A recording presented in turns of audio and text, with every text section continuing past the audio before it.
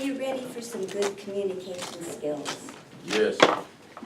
And most of all of our Toastmasters do it so well. Or do we? Let me see.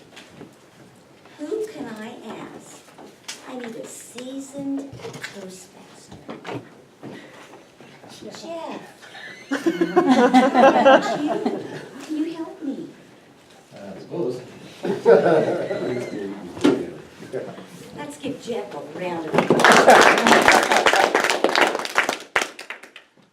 Preparation for your speeches. Jeff, you are always so well prepared. How do you do it? I am. Well, Carol, I'm a little reticent to say this, but I usually end up forgetting that I have to do a speech until Tuesday night. And then I put together a few notes on some stickies, and then I practice a lot on the way to the meeting on Wednesday morning. I put the stickies on the steering wheel and the dashboard, and then I kind of wing it. Really? I am so surprised, Jeff. Sorry. Are there two blues up there?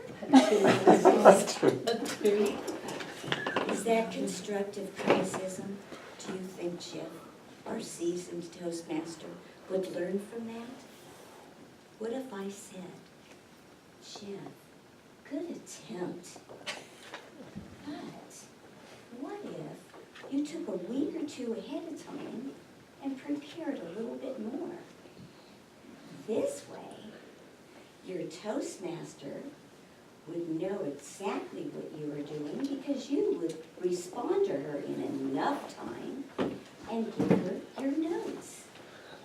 And then, being prepared, you could still rehearse your speech on the way to the meeting. How Good about that? suggestion. Eye contact. We must not forget eye contact. Jeff, can you demonstrate some good eye contact? Well, sure, Carol. I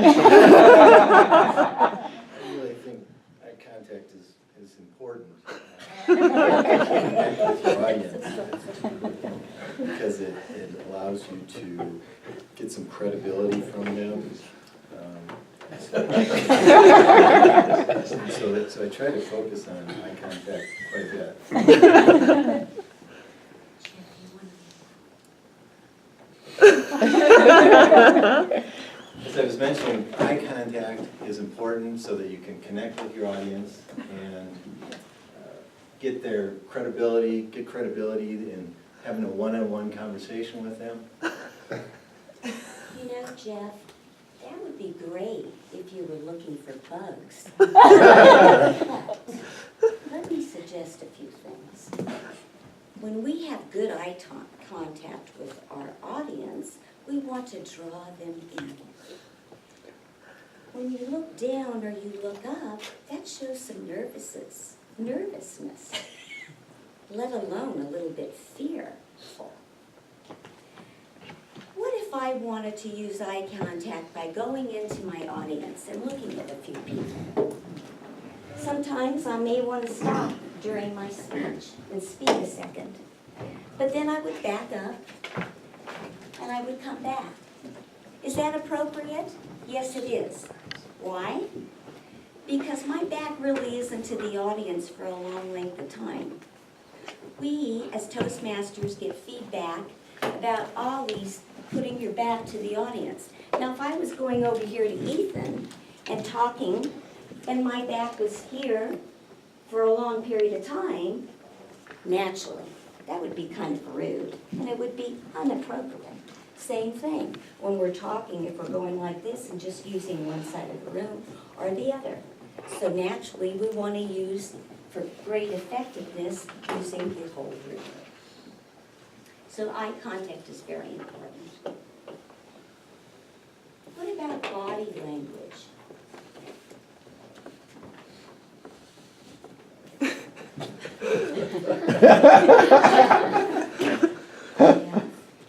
Body language is so very important.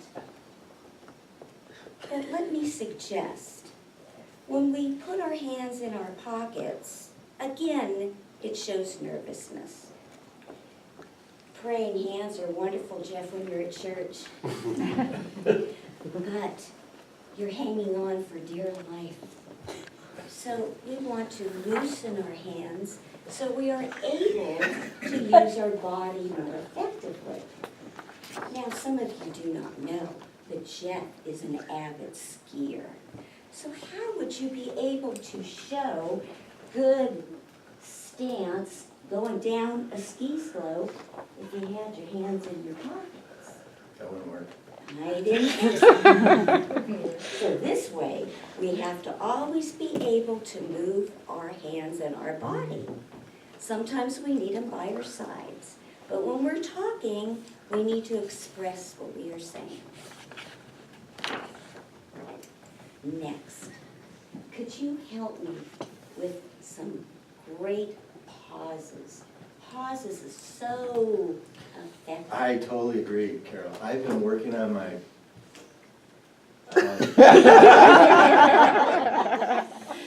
because people like Alex and Lyle are really good at using pauses during their speeches. So I use them.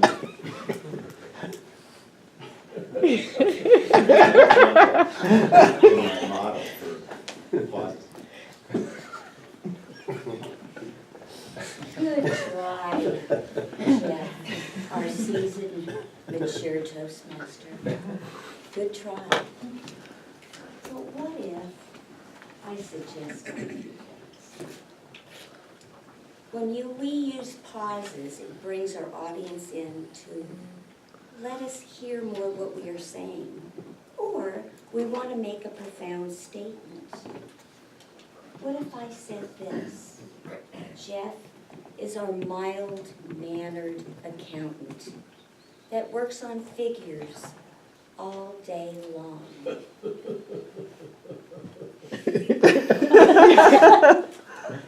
But as you now know, Jeff is an avid skier, and he goes down them slopes in fast speeds. He is a Superman.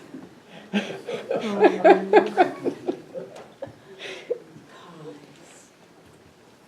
Then I would go on to say, can you imagine how amazing it is to see this man with such different personalities?